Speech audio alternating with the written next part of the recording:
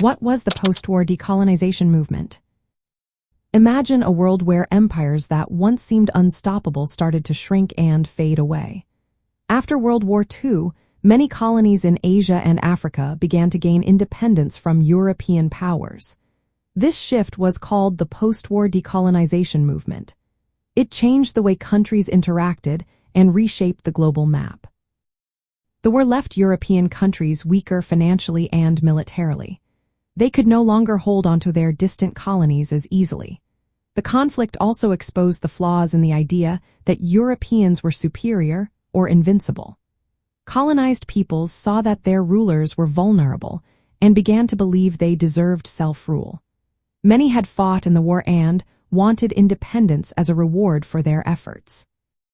Two superpowers emerged after the war: the United States and the Soviet Union. Both opposed colonialism in different ways. The United States promoted self-determination and democracy, while the Soviet Union supported independence movements aligned with communism.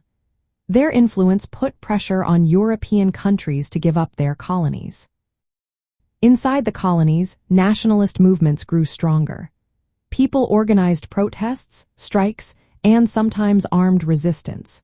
These efforts made maintaining control costly and difficult for colonial powers.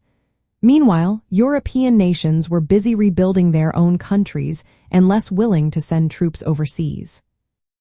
Decolonization happened at different speeds.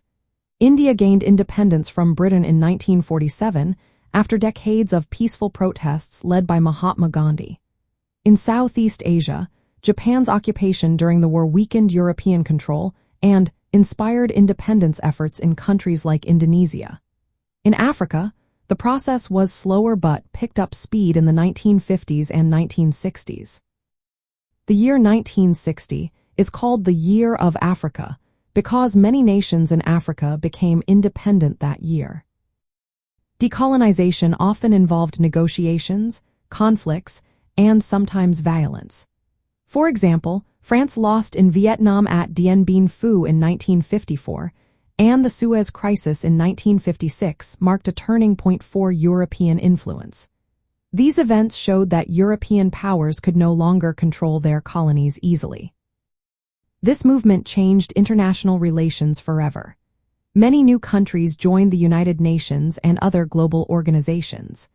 It also started ongoing conversations about sovereignty, development, and the lasting effects of colonial rule. The post-war decolonization movement was a major step toward a world where nations could decide their own futures.